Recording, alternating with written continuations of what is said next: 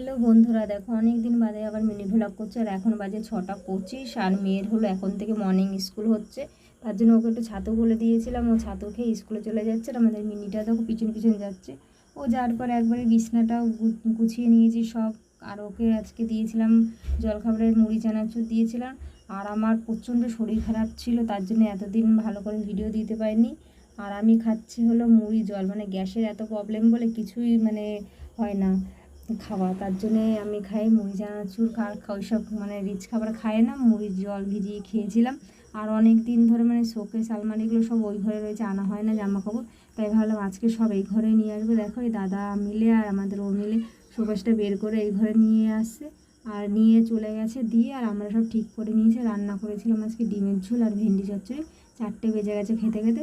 আমার দেখো স্নানও হয়ে গেছে আর শোকেস আলমারি ঘরে সব গুছিয়ে রেখেছি। ভিডিও ভালো লাগে চ্যানেলটা